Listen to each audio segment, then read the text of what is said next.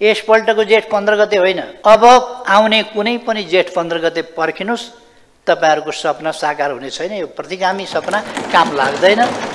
यसमा जोड नगर्न म आग्रह गर्न चाहन्छु। नीति कार्यक्रममाथि टिप्पणी गर्ने क्रममा विपक्षी दलका नेताज्यू र अरू केही विपक्षका मान्यजीहरूले टिप्पणी भन्दा पनि गाली गलौजको भाषा बोल्नु भएको थियो। ऐना अगाडि राख्ने, ऐनामा हेर्ने अनि यस्तो रहेछस् उस्तो रहेछस् भनेर अरूलाई गाली गर्ने। बङ्गलादेश बनाउँछु भन्नुहुन्छ। बङ्गलादेश बनाए पनि त त्यहाँ त राजा त फर्काएन नि त। उहिलेको राजा थियो नि त त्यहाँ पनि एउटा राजा।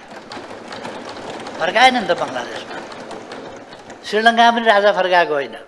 संविधान कानुनको दुहाई दिएर माइक फुट्ने गरी कराउने साथीहरू आज खुलेआम लोकतान्त्रिक प्रणालीभित्र लोकतन्त्र उल्टाउने सङ्घर्ष गर्नुहुन्छ र देशलाई प्रतिगमनमा लाने हुङ्कार गर्नुहुन्छ। अचम्म लाग्छ मलाई, के गरेको यो? हाम्रा बलिदान तथा शताब्दी लामो सङ्घर्षले इतिहासको रक्षानमा फालिएको सामन्ती प्रथा बेउताउने मात्रै होइन, तिथिमिति नै बोकेर सिंहासनमा विराजमान गराउने र श्रीपेच ढल्काउने जस्ता भ्रम फिजाई संविधान तथा व्यवस्थाका विरुद्ध हिंसक एवं अराजक गतिविधि सुरु भएको छ। सरकारको प्रस्तुत नीति तथा कार्यक्रममाथि माननीय सदस्यज्यूहरूबाट टिप्पणी र संशोधन प्रस्ताव मार्फत प्राप्त रचनात्मक सुझावका लागि धन्यवाद भन्न चाहन्छु। अहिलेको सरकार यो समीकरण निर्माणका मूलतः दुई उद्देश्य थिए। पहिलो, देशमा व्याप्त गहिरो निराशा हटाई जनतामा आशा तथा उत्साहको सञ्चार गर्ने। दोस्रो, देशलाई तीव्र आर्थिक वृद्धिको दिशामा अघि बढाउने।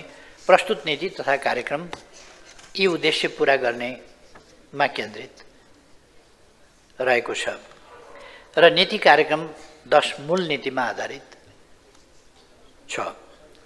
सभामुख महोदय, सामाजिक क्रान्ति समाजमा रहेका वर्गहरू बीचको द्वन्द्वका कारण हुन्छ। शासन कसले गर्ने र शासित को हुने भन्ने विषय आजको मुद्दा होइन। हजारौं वर्षदेखिको मानव सभ्यतासँगै जोडिएको विषय हो।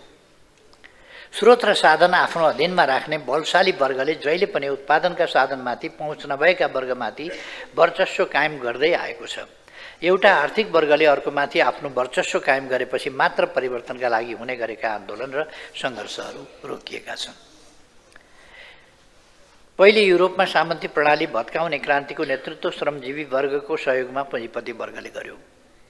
राजा महाराजाहरू या त प्रणाली स्वीकार्ने सम्झौतामा पुगे या भागे, समाप्त पारिए। त्यसपछिका परिवर्तनहरूमा श्रमजीवी वर्ग र पुँजीपति वर्ग बीचको द्वन्द्व भए, शासन व्यवस्था फेरिए, यो सिलसिला चल्दै आयो। हाम्रो देशमा विचारधाराका रूपमा 3 खालका प्रवृत्ति सुरुदेखि नै विद्यमान रहे। एकातिर वंश परम्परामा आधारित सामन्ती प्रवृत्ति र अर्कातन्त्र लोकतन्त्रका हिमायती अन्य 2 प्रवृत्ति।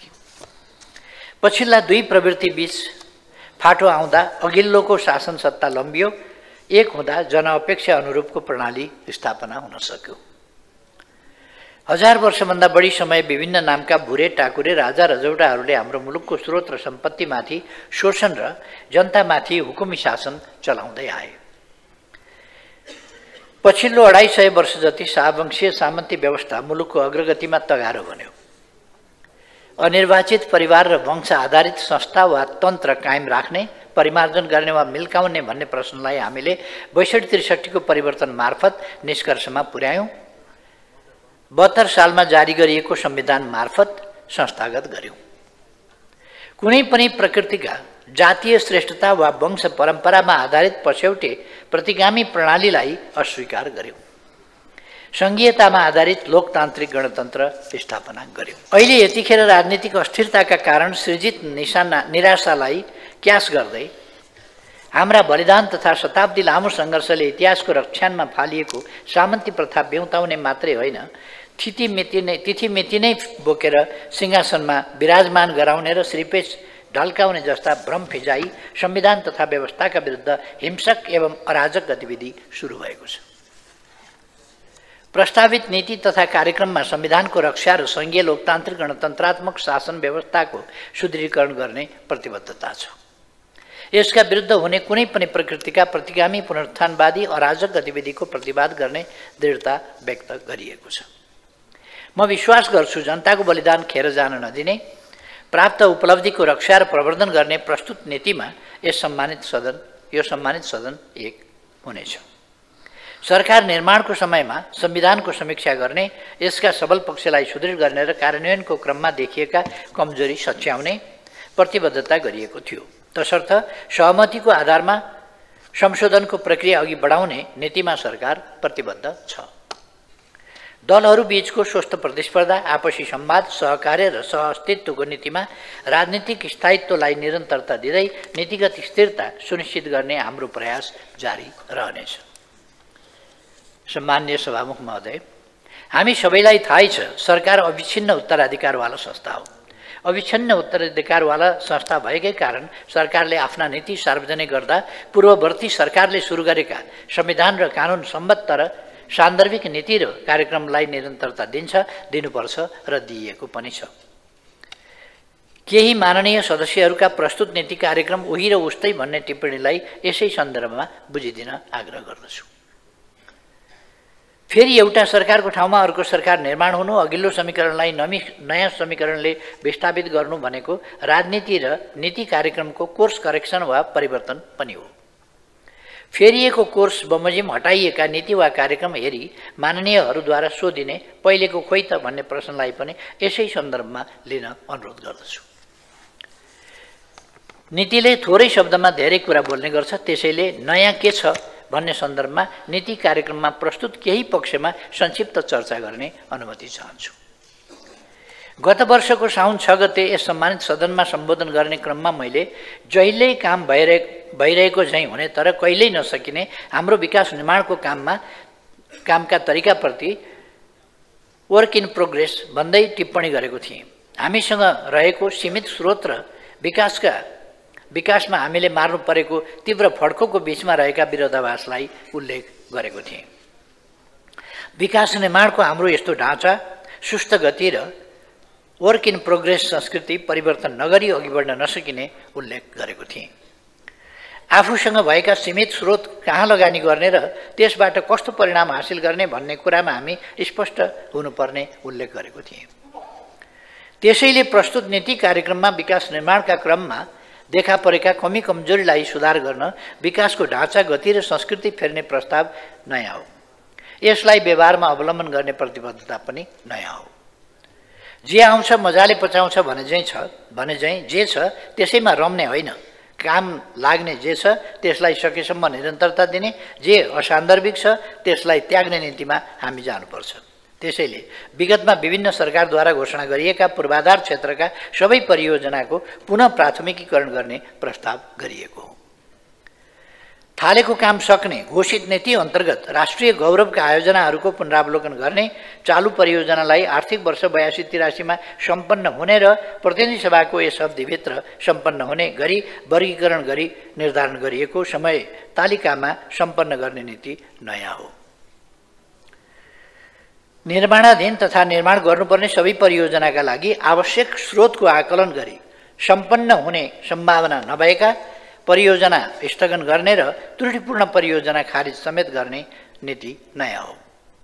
पूर्वाधार विकासका नयाँ परियोजना बनाउँदा सम्भाव्यता, जोखिम र प्रतिफलको लेखाजोखा जस्ता स्टेक होल्डरको चासो र पुँजीको प्रतिबद्धता व्यक्त गर्नु अघि नगद प्रवाह, जोखिम न्यूनीकरण र कानुनी सुरक्षा जस्ता लगानीकर्ता र ऋणदाताको चासो समेटिएको बिजनेस प्लान विकास गर्नुपर्ने नीति नयाँ हो। स्टार्टअप होस् वा एन्टरप्रेन्योरसिप, कुनै पनि फिल्डमा उद्यमशीलता सुरु गर्दा व्यवसाय सुरु गरेदेखि बजारसम्मको चक्र अर्थात् व्यवसायको इकोसिस्टम ख्याल गर्नुपर्ने नीति नयाँ हो। उदाहरणका लागि प्रधानमन्त्री कृषि आधुनिकीकरण कार्यक्रमको पुनर्संरचना गरी व्यवसायमा आउनेलाई भूमि, बैंक वित्त, उपकरण तथा अन्य इनपुट, बाली बिमाको व्यवस्थापन, त्यसको समर्थन मूल्य, कृषि उपजको अग्रिम खरिद सम्झौता, बजार व्यवस्थापन र भण्डारणको चक्र निर्माण गर्ने नीति अघि सारिएको छ। मल, विद्युत र अन्य पुँजीगत अनुदानको पुनः व्यवस्थापन गरी स्रोतको अपव्यय हुनबाट रोक्ने नीति नयाँ हो भन्ने मान्यज्यूहरूलाई स्पष्ट पार्न चाहन्छु। आर्थिक वृद्धिको प्रमुख संवाहका रूपमा विकास गर्ने क्षेत्र कुन हो भन्नेमा नीति कार्यक्रममा अन्यल छैन। कृषि तथा वन, सूचना तथा प्रविधि, पर्यटन, ऊर्जा, उद्योग र भौतिक पूर्वाधारलाई मुख्य क्षेत्र तोकिएको छ। स्टार्टअपका कार्यक्रमको फोकस विधाको हिसाबले जुनसुकै हुन सक्ने र पुस्ताको हिसाबले आजको तन्नेरी पुस्ता जेनजी पुस्तामा केन्द्रित हुने नीति अघि सारिएको छ। सरकारका निकायहरूबाट सञ्चालित कार्यक्रमहरू उद्यमशीलताको विकास, उत्पादन, उत्पादकत्व र रोजगारी सृजनामा केन्द्रित गर्ने र 3 तहका सरकारहरू बीचको सहयोग, समन्वय र सहकार्यमा कृषिको व्यवसायीकरण र पूर्वाधार निर्माण गर्ने नीति प्रस्ताव गरिएको छ। स्थानीय तहदेखि केन्द्रसम्म सरकारी सेवामा इन्टर्न प्रयोग गर्ने, स्नातक तहभन्दा माथिका विद्यार्थीहरूलाई विभिन्न अनुसन्धान संस्थामा आबद्ध गर्ने, हप्तामा बढीमा 20 घण्टा कामको न्यूनतम ज्याला निश्चित गरी कमाउँदै पढ्दैको नीति लागू गर्ने। सरकारी सेवामा इन्टर्नको प्रयोग यो नीति नयाँ हो।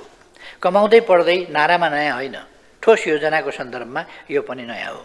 राष्ट्रिय शैक्षिक सुधार कार्यक्रमको नयाँ मार्गचित्र तयार गर्ने र शिक्षालाई सर्वसुलभ, गुणस्तरीय र जीवन उपयोगी बनाउने नीति अघि सारिएको छ। विद्यमान शिक्षा पद्धतिलाई आधुनिक, विज्ञान प्रविधि मैत्री र अनुसन्धान अन्वेषण लक्षित बनाइनेछ। विद्यालय शिक्षामा ग्रेडिङ प्रणाली लागू गरी सुधार गर्ने नीति नयाँ हो।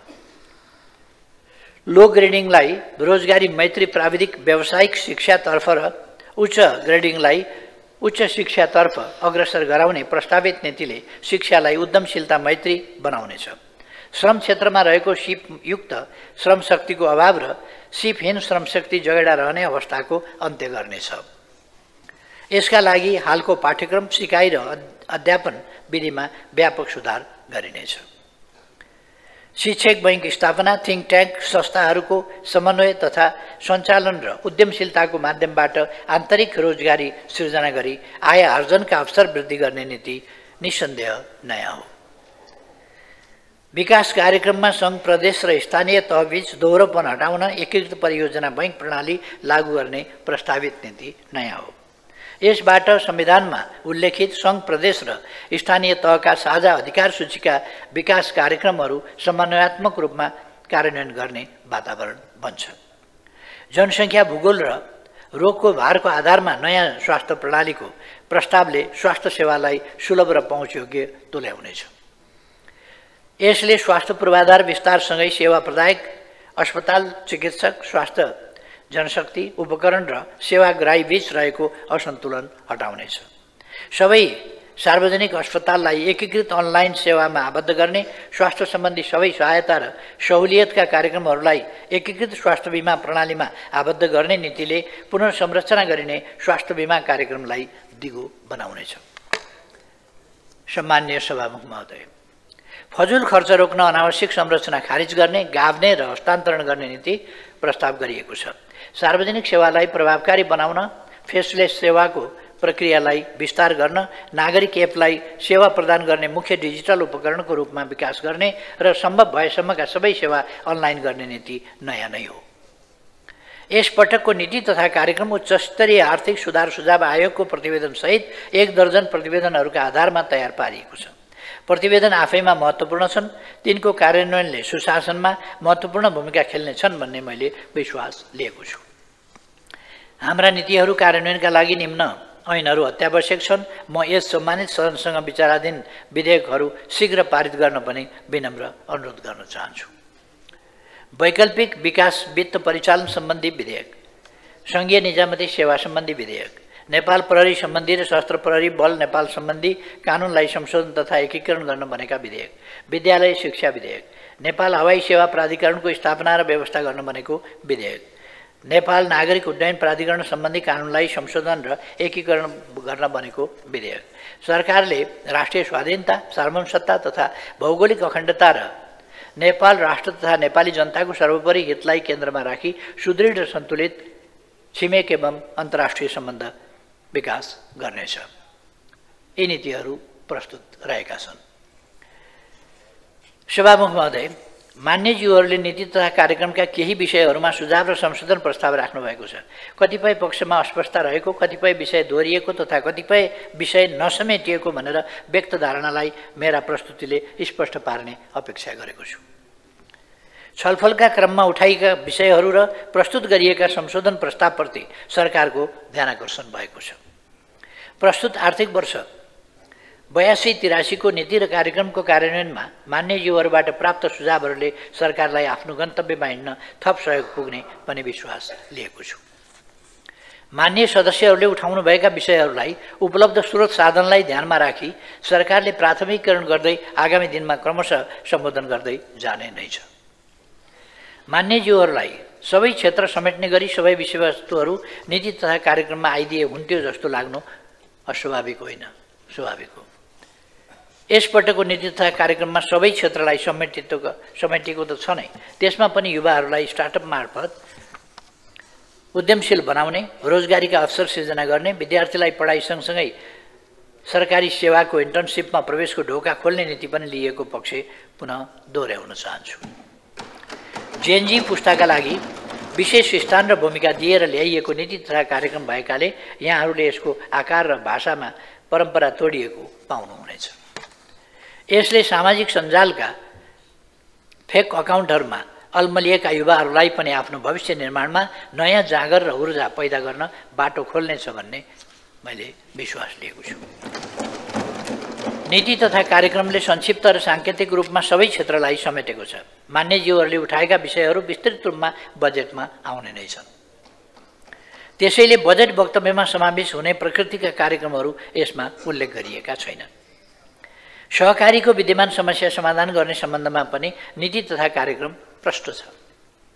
सहकारी नीतिको पुनरावलोकन गरी नयाँ राष्ट्रिय नीति जारी गरिने र राष्ट्रिय सहकारी नियमन प्राधिकरण मार्फत सहकारी क्षेत्रका समस्याहरू समाधान गरिने विषय उल्लेख गरिएको छ।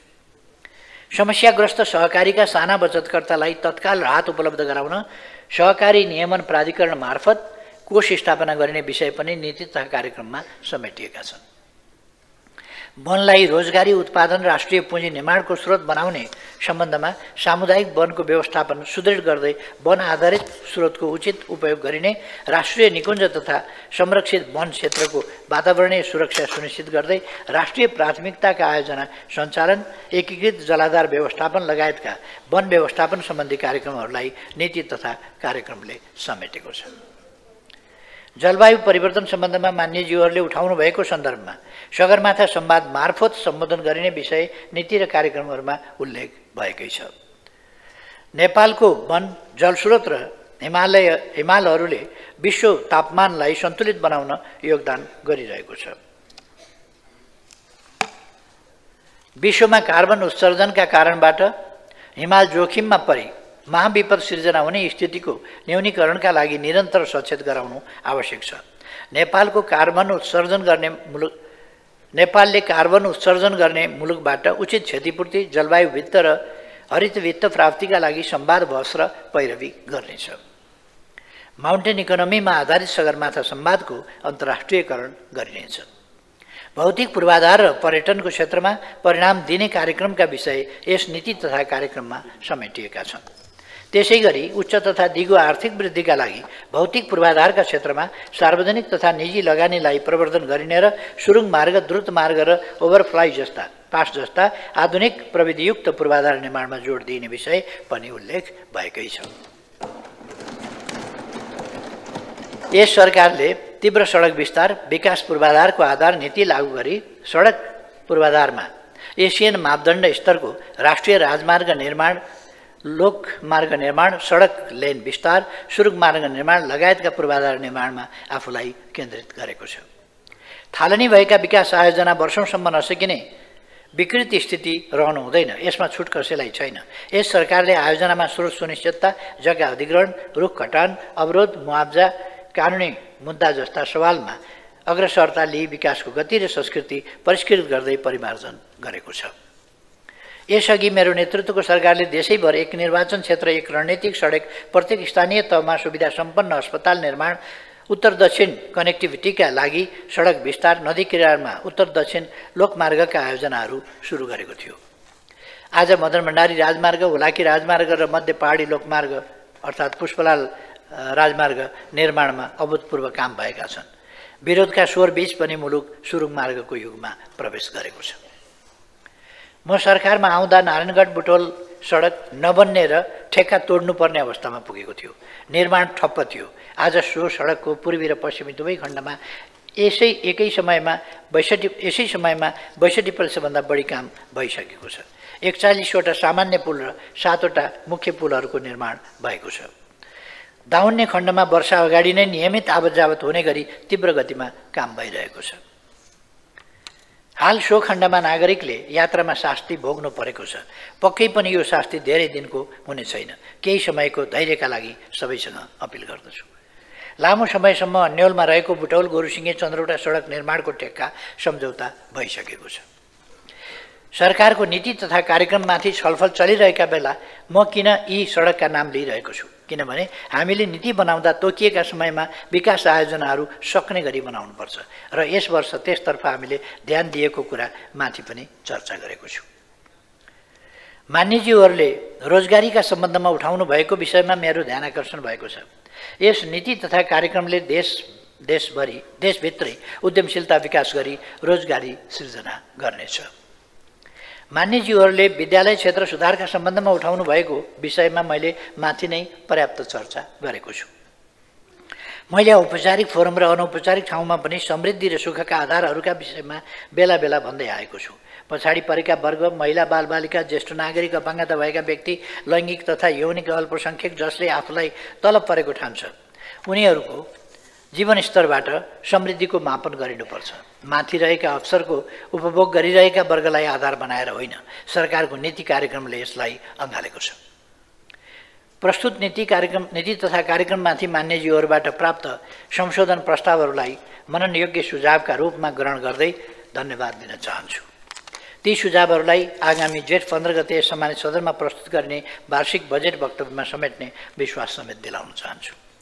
बाँकी नीति कार्यक्रममाथि टिप्पणी गर्ने क्रममा विपक्षी दलका नेताज्यू र अरू केही विपक्षका मान्यज्यूहरूले अलि